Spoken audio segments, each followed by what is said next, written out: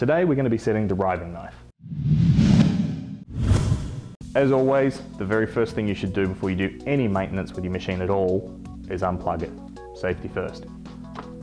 Now that our machine is unplugged and safe, first step, take the blade off. Next, you need to lift the blade. For checking the riving knife, all you want to do is sight down the length of the blade, and you should be able to see if the riving knife is sticking out to one side or the other.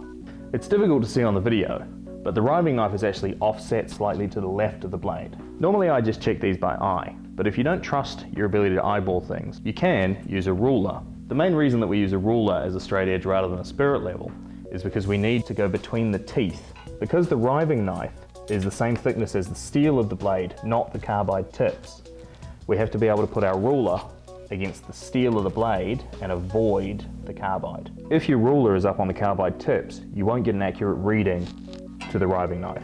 To adjust the riving knife, you'll need Allen keys. The riving knife has two directions of alignment: vertical and horizontal.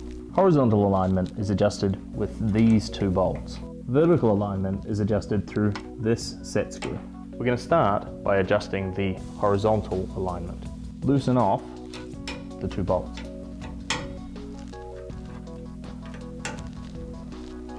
This is too loose. You don't want it this loose when you're adjusting it. What you want is for it to be just tight enough that it'll hold steady when you move it.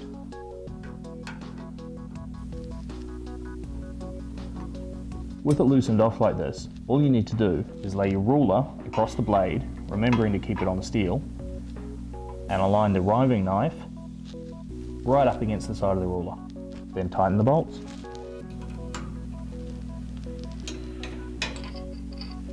After you tighten it up, check it again, because it does tend to move a little bit as you tighten the bolts. Also remember to check both sides of the blade. Now that was made easier for me because of the fact that my riving knife was correctly aligned on the vertical axis. Because you don't know if your riving knife is correctly aligned vertically, you need to check your horizontal alignment at the very base.